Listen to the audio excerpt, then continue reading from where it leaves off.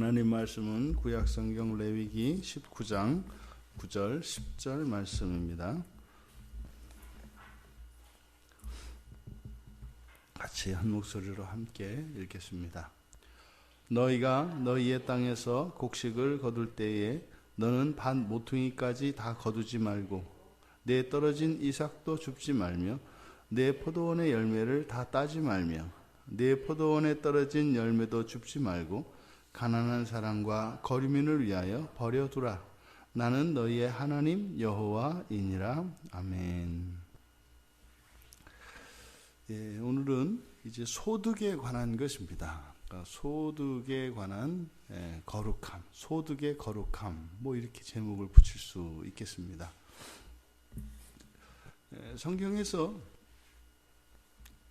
이제 각 개인이 노동을 하고 또 자신이 가지고 있는 이런 재능들을 가지고 재화를 벌어들일 수 있는 이런 노동은 소중한 것이고 가치가 있는 것이고 매우 중요한 것입니다. 근데 오늘 성경을 보면 우리들이 가지고 있는 생각과 많이 차이가 있다는 것을 발견하게 됩니다. 먼저 밭에서 나는 이런 곡식을 수확을 할 때 밭 모퉁이까지 다 거두지 말라는 겁니다. 그리고 이제 추수를 하다 보면 이삭이 이제 바닥에 떨어지게 되는데 바닥에 떨어진 것은 줍지 말라고 이야기를 합니다. 그러니까 악착같이 모으고 전략하고 그래서 쌀 한 톨도 아끼지 않고 그를 다 주어야 된다고 생각하는 우리들 생각과는 많이 다릅니다. 남겨두라는 겁니다. 할 수 있어도 남겨두라는 겁니다. 뭐 실제적으로 또 이걸 또 이제 계산을 하는 분들은 그렇게도 얘기를 합니다. 이렇게 또 남겨두면 사실상 지주들에게도 또 도움이 된다. 왜냐하면 그 밑에 떨어진 거 줍고 이렇게 하려면 어차피 이제 품을 들여야 되는데 그거 해서 사람 사서 그 주워 봐야 그렇게 그러니까 사실 안 주우면 그 줍는 데 들어가는 품이 안 들어가니까 지주한테 남는 거 있다 뭐 이런 거죠. 그런 겁니다. 뭐 이제 가게를 한다면 뭐 24시간 이렇게 해라 하지 마라 뭐 이런 의미입니다. 그래서 뭐 가게를 밤새 열어서 돈을 벌 수 있다 그래서 밤새 벌거나 그렇게 하지 말라는 겁니다. 또 오늘날 뭐 이제 그 대기업들이라 그러면 뭐 대기업이면은 돈이 많으니까 뭐든지 다 할 수 있지 않겠습니까? 할 수 있다 그래서 모든 거 다 하지 마라 뭐 이런 겁니다. 여지를 남겨두라는 겁니다. 그러니까 최선을 다해서 그 소득을 벌어들이려고 하지 마라. 이것에 대해서 성경에 나오는 가장 그 대표적인 사건이 보아스가 이제 나오미와 함께 돌아온 룻을 이제 룻이 자기 밭에서 이렇게 소득을 거두어 드리도록 하는 얘기죠. 룻기 2장 15절과 16절에 보면은 보아스가 땅 주인인 보아스가 이제 기업물을 짜이기는 합니다만 이제 이방 여인이죠. 이방 여인으로서 자신의 밭에서 이렇게 구약의 율법을 따라서 그 밭에 떨어진 곡식을 주우려고 할 때 일꾼들로 하여금 그래서 금하지 못하도록 합니다. 그래서 곡식단 사이에서 줍게 하고 아울러 오히려 그 곡식 다발에서 일부러 좀 떨어뜨려라 이렇게 얘기하죠. 일부러 곡식단에서 뽑아가지고 좀 뽑아서 버려라. 그래서 그녀로 하여금 죽게끔 해라. 이렇게 지시를 하는 장면이 나옵니다. 그러니까 뭡니까? 더 벌 수도 있고 더 이렇게 소득을 거두어들일 수도 있지만 일부러 덜 버는 거죠. 일부러 덜 버는 겁니다. 또 과일의 수확에 대해서도 이야기를 하는데 과일을 수확할 때 이때는 이제 대표적으로 이제 포도를 이야기합니다만 이 포도원으로 번역되어 있는 이것은 또 올리브 그 과수원으로도 이렇게 이해할 수 있습니다. 그러니까 단지 포도뿐만 아니라 나무의 열매입니다. 모든 나무의 열매. 이 나무의 열매를 딸 때 다 따지 말라는 거죠. 남겨두라는 겁니다. 이건 우리나라 전통에도 있습니다. 그렇죠? 까치밥 전통. 근데 사실은 그 우리나라 그 감의 까치밥 전통은 감나무가 되게 약해서 따다가 허리 부러집니다. 그래서 우리나라 감나무 까치밥 전통은 욕심부리 다 다친다. 그래서 몸이 감 몇 개보다 더 우선이다. 조금 이제 의미가 다릅니다. 여기서 지금 얘기하는 것은 뭐 까치밥으로 남겨놓으라는 게 아니라, 그러니까 어떻게 되는 거예요? 높은 곳에 있는 건 못 따서 그런 거고, 얕은 곳에 있더라도 다 따지 말라는 거예요. 중간중간 남겨두라는 겁니다. 그래서 구약의 율법에 따르면 보통 이제 뭐 따는 막대기가 있는데, 이게 막대기를 이용해서 이렇게 딸 때도 절대로 막대기가 닿지 않는 곳에 있는 과일을 따기 위해서 나무를 흔들지 못하게 되어 있습니다. 구약의 율법상에. 그래서 그 악착같이 따려고 하는 이런 최선의 노력은 하지 못하게 되어 있습니다. 마찬가지로 이런 과일도 떨어진 열매는 줍지 않습니다. 우리가 아오리 아닌가요? 떨어진 사과가 아오리 사과라고 그러죠. 떨어진 사과를 뭐라고 하죠? 낙과를 부르는 게 있는데 아오리 품종인가요? 왜 이제 설익은 상태에서 떨어진 것들을, 그 낙과들을 익혀서 이제 이렇게 팔거든요.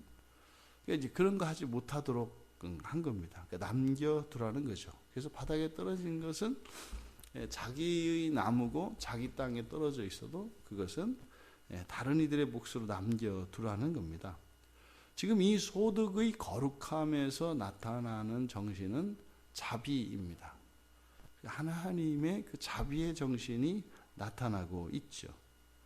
그래서 여기에 가난한 사람이나 거류민, 이제 온이, 가난한 사람은 온이고 거류민은 게르. 그러니까 우리나라 같으면 이제 외국인 노동자, 이 사람들이 이제 거류민입니다. 그러니까 외국인들로서 이스라엘의 문화에 동화되어서 같이 살아가는 사람들, 이 사람들이에요. 가난한 사람들은 말 그대로 뭐 이것은 뭐 유대인, 이방인을 초월해서 경제적으로 굽익한 사람들을 가리킵니다.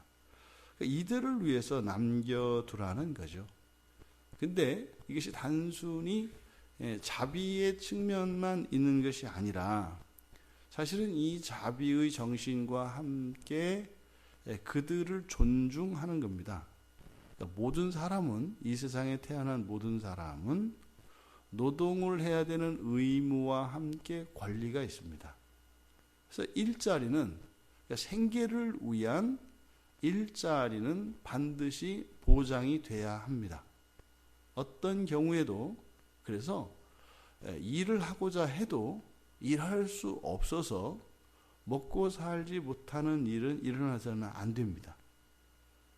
그러니까 지금 이 고대의 이 복지 제도가 오늘날 그 뭐 엄청나게 이렇게 풍요롭고 또 이렇게 막 복지를 잘한다고 하는데, 그렇게 요란스럽지 않으면서도 오늘날의 이런 복지 정책보다 훨씬 우월하고 월등히 앞섭니다. 그러니까 일할 기회를 주는 겁니다. 그러니까 그냥 뭐 이렇게 쌀을 갖다 주는 것이 아니라 일할 수 있는 절대적인 기회를 주는 겁니다. 그래서 이 밭에 남겨 있고 또 나무에 매달려 있는 과일들, 그리고 땅에 떨어져 있는 이것들은 본인들이 와서 스스로 일해서 먹고 살 수 있도록 하라는 겁니다. 그러니까 이것은 단순히 자비의 측면만 나타나는 것이 아니라 사실은 이 가난한 사람들이나 거류민들이 구걸을 함으로써 그들의 명예가 실추되지 않도록 그들의 명예를 보존해 주는 측면도 있습니다. 그러니까 하나님의 자비와 함께 가난한 사람들의 명예를 보존해 주고 또한 그들이 일할 수 있는 권리를 보장해 주면서 최소한의 노동을 안정적으로 확보해 주어야 한다는 겁니다. 오늘날 보세요. 일을 하려고 해도 할 수 없는 이런 이런 현상이 나타난다 이 말이죠.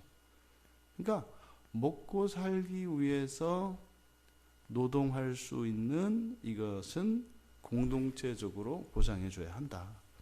그래서 지금 오늘날 우리들 사회가 지금 되어가는 거 보면 이제 먹고 사는 문제 이런 것이 그냥 개인적인 수준에서 생각할 게 아닌 것 같다. 이런 생각이 드는 거예요. 그래서 실제로 이런 교회 공동체 내에서 조합을 운영한다든지 그래서 일자리를 만들어내고 또 기본적으로 신앙이 방해받지 않으면서 생활할 수 있는 이런 기독교 경제 네트워크나 이런 공동체는 범교회적으로 진지하게 고민을 해봐야 할 것 같아요. 지금 우리 교회에서도 서울에 있는 그 어떤 시장에 가보면은 가격이 엄청 싸거든요. 어마어마하게 쌉니다. 그냥 거기서 사다가 우리 교인들끼리만 그냥 거기서 한 사람이 주문 받아가지고 한 사람이 가서 사오고 그렇게만 해도 상당히 돈을 아낄 수가 있어요. 보니까 가격 차이가 엄청 많이 나거든요. 그러니 생산자와 소비자를 직접 연결을 한다면 이거는 생산자에게는 더 많은 이익을 돌려주고 또 소비자는 훨씬 더 저렴한 값에 서로 믿고 신뢰하면서 할 수가 있는 거죠. 이건 이제 여러분들 중에서 누가 하셔야 돼요. 이런 일은 아주 뜻깊은 일이고 그리고 되는 사업입니다. 이 틈새 시장입니다. 그러니까 이게 그래서 사실은 이제 교회들끼리 서로 교인들이 다 있지 않습니까? 농민도 있고 어민도 있고 또 임업하는 분도 있고 과수원하는 분도 있고 또 공장하는 분도 다 있고 다 있잖아요. 그런 분들끼리 연결을 해서 기독교인들이 사실 직접 연결되면은 이런 물건값에서 빠지는 게 뭐냐면 광고비예요. 대부분 이게 광고비와 유통 비용이거든요. 유통의 여러 단계를 거치면서 거기에 사실은 필요 없는 돈이 이제 거기에 각 물건 값에 들어가는 거거든요. 그러니까 지금 이런 부분을 좀 정말 우리 그리스도인들이 적극적으로 좀 생각을 해야 될 필요가 있겠다. 그래서 단순히 이렇게 남겨두는 이것은 그냥 자비 정도가 아니라 근본적인 사회 문제로까지 이어지는 거예요. 그리고 개인의 기본 권리, 그리고 개인의 명예 이런 것들이 다 고려되어진 것이다. 물론 여기서 이렇게 나타나는 것은 이런 소득의 거룩함을 통해서 나타나는 것은 하나님의 성품이 어떠하신지를 가르쳐 주시는 거죠. 그러니까 여호와 하나님의 성품이 그런 겁니다. 보세요. 하나님께서 죄인들을 안 먹이시나요? 먹이신다니까요. 게으른 사람들을 안 먹이시나요? 먹이신다니까요. 힘없는 사람, 가난한 사람 다 먹이신다고요. 물론 벌을 주실 땐 주셔요. 하지만 살아있는 동안 이런 기본적인 것들은 하나님이 허용하신다. 그래서 죄인들 심지어는 원수들조차도 생계를 꾸리며 살아갈 수 있도록 하신다고요. 이게 이제 하나님 자녀들 그리스도인들에게는 불만이죠. 저도 옛날에 그랬다고요. 왜 일본 같은 나라를 이렇게 잘 살게 하십니까? 그 우상이 막 드글드글거리는 그 나라를 그냥 해일을 일으켜서 그냥 덮어주셔야 그렇지 그래야지 이런 생각을 할 때가 저도 있었어요. 근데 그는 하나님과 전혀 다른 거죠. 그렇죠? 하나님은 그렇게 대하지 않으신다고요. 언제든지 돌이킬 기회를 주시기 때문에 아무리 큰 죄를 지었다 할지라도 하나님께서는 자비를 베푸시죠. 근데 돌아보니까 제 인생에도 그랬더라고요. 끝까지 참아주시고 자비를 베풀어 주셨더라고요. 근데 우리가 여호와의 그 성품을 따라가야 하는 거죠.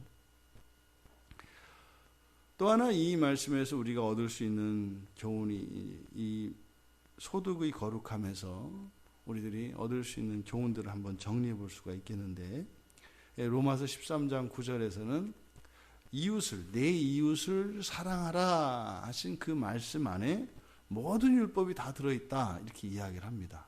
내 이웃을 사랑하는 마음. 근데 사실 이렇게 최소한의 생기가 보장되고 생계가 보장되고 또 그렇게 자신의 생계를 위해서 일할 수 있는 권리가 이렇게 주어진다면 실제로 이것으로 인한 도둑, 살인, 강도, 거짓말 이런 탐심들은 많이 없어지게 될 겁니다. 만약에 가난한 사람이 이웃 사람들이 남겨놓은 그 소득으로 최소한의 생계를 유지한다면 실제로 그렇다고 해서 도둑질 자체가 근절되지는 않겠습니다만 흔히 말하는 생계형 범죄 이런 것들은 많이 줄어들겠죠. 미국 시민사회의 성숙함을 엿볼 수 있는 한 이야기가 있는데 제가 아는 분이 미국의 이제 그 복지 제도를 이렇게 이제 탐방을 하러 이렇게 갔었습니다. 공무원이신데. 근데 거기 가니까 미국이 전 세계에서 거지가 가장 많은 나라가 미국인 거 아시죠? 미국이 거지가 제일 많습니다. 그리고 심지어는 거지 티가 안 나는 거지가 많습니다. 직장을 가진 거지들이 많습니다. 이게 무슨 말이냐면 직장에서 생활하고 일을 하는데 거기에서 받는 월급으로 생활비가 안 되는 거예요. 이런 분들이 굉장히 많대요. 미국에는 심각할 정도로. 이제 우리나라도 지금 그렇게 돼가고 있어요. 월급이 이제 안 오르니까 이제는 이게 생활할 수 없는 이런 상황이죠. 그래서 이런 이제 구호단체나 이런 데에서 이제 그분들은 주식이 빵이니까 빵을 나눠주는 거예요. 근데 빵을 나눠줄 때 집을 방문해서 나눠주거나 거리에서 이렇게 나눠주지 않는다고 합니다. 거기는 주로 이렇게 빨래방, 세탁소를 이렇게 공동 세탁소를 많이 이용한답니다. 공동주택에도 마찬가지고. 그래서 그 빨래방에다가 빵을 싸놓는데요. 그러면 빨래하러 갈 때 이 빨래 바구니를 들고 가기 때문에 그 안에 빵을 넣어서 표시 안 나게 가져올 수가 있는 거예요. 참 멋있더라고요. 사실은 도와줘도 남들이 알지 못하도록 하는 거죠. 오른손이 하면 왼손도 모르게. 그러니까 도와주되 누가 도와준지 모르게 하는. 이게 사실 우리 교회에서 아직 못하고 있습니다만 우리 교회 그 중요한 사역 목표 중에 하나가 모든 자녀들을 교회에서 학비를 대주는 거예요. 모든 자녀들을 하여튼 교회에서 학비를 대주는, 유학까지 다 보내주는. 이게 사실 이제 우리 교회 안에서 제가 사역하는 동안 꼭 이루고 싶은 일 중에 하나입니다. 나중에는 교회에서 집도 주는 거죠. 교회에서 할 수 있거든요. 여러분들 자기 자식 결혼할 때 전세금 얻어주지 않아요? 이렇게 월세든 뭐든 이게 집 얻어주고 혼수해주지 않냐고요. 그거를 직접 개인별로 하지 말고 어떻게 해요? 교회에 지목헌금을 해서 교회로 하게 하는 거죠. 그러니까 이 다음에 또 노후 대책을 위해서 애들한테 이렇게 해주려고 하지 말고 교회를 통해서 교회에게 도움받고 또 노후 대책도 교회에서 하면 되잖아요. 이게 전혀 불가능하지 않거든요. 할 수 있어요, 사실은. 각자 따로따로 지금 살고 있는 것을 합치면 할 수 있다고요. 그러니까 얼마든지 사회 제도적으로 그런 일들을 하고 있는데 교회에서 왜 못하겠어요? 그렇게 되기를 바라는 겁니다. 그러면 사실 이런 생계로 인해서 경제적인 문제로 인해서 많은 범죄들이 그냥 저절로 없어지게 될 겁니다. 그러면 모든 율법의 기본이 되는 십계명, 살인하지 말고 말이죠. 거짓말하지 말고 도둑질하지 말고 이웃의 것을 탐내지 말고 말이죠. 이런 것들을 다 줄일 수가 있죠. 실제로 절대적인 어떤 경제적인 어려움이 오게 되면은 거기다가 이제 자녀들이 아프다든지 기본적인 생계가 안 된다든지 그러면은 그걸 채우기 위해서는 법을 어기는 일들도 하려고 하는 충동이 일어나게 됩니다. 그런 것들을 많이 막을 수가 있겠죠. 두 번째로 우리가 살아가기 위해서는 모든 사람에게는 소득이 절대적으로 필요하다는 사실입니다. 절대적으로 필요합니다. 하지만 그것이 궁극적인 목적이 되어서는 안 됩니다. 궁극적인 목적이 되어서는 안 됩니다. 이런 제도적으로 공동체적으로 이러한 대책들이 세워져야 되겠습니다만 또한 그것이 세워지지 않았다고 해서 사람의 품위를 잃어버려서는 안 되고 또 하나님이 도우실 때를 기다려야 합니다. 기다려야 합니다.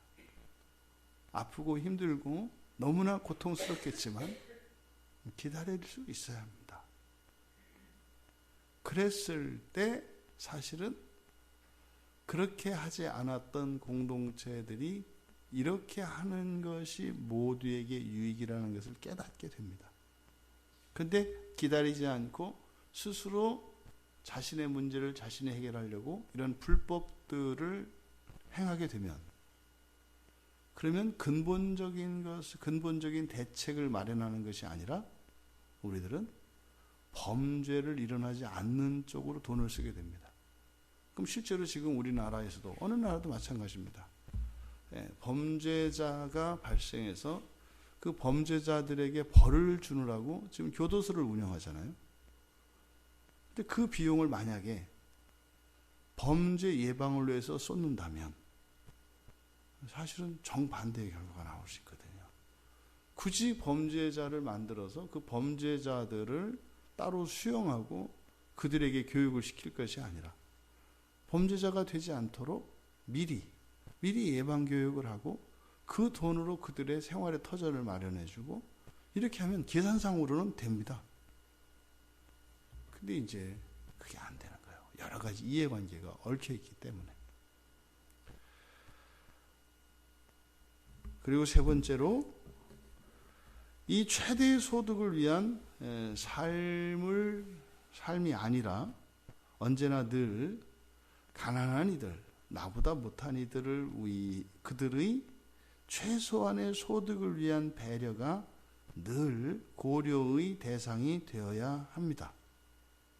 그래서 가난한 사람들은 이웃의 양보를 통해서 그들의 사랑을 경험을 하고 또 그렇게 함으로써 하나님 공동체, 여호와 하나님 공동체가 주는 그 안전과 그 평화 속에서 최소한 우리가 신앙을 잃지 않고 우리의 인간의 존엄성을 포기하지 않으며 살아갈 수 있게 된다는 것입니다. 그러니 이 소득의 거룩함에 담긴 이 정신, 먹고 사는 것으로 인하여 인간의 존엄성을 지켜주라는 겁니다. 먹고 사는 것 때문에 신앙에 방해받지 않도록 공동체적으로 해결하라는 것입니다. 또한 이 지상에서의 소득이라고 하는 것은 궁극적인 목적이거나 그것이 자랑이거나 그것을 쌓아두는 그런 어떤 재산이 되어서는 안 된다라고 하는 사실입니다. 그런 것이 있다면 나누어 주라는 것이죠. 그래서 이 자비의 정신을 통해서 사실상 우리들은 따로 되어 있지 않습니까? 그래서 먹고 사는 문제, 또 자녀들 교육하는 문제, 노후 문제 이런 게 다 따로따로 이렇게 제도적으로 되어 있지 않습니까? 그런데 이런 것을 따로 그렇게 구별할 필요가 없다는 거죠. 그 일을 하는데 회사들이 막 생겨나서 대신하고 이럴 필요가 없는 거죠.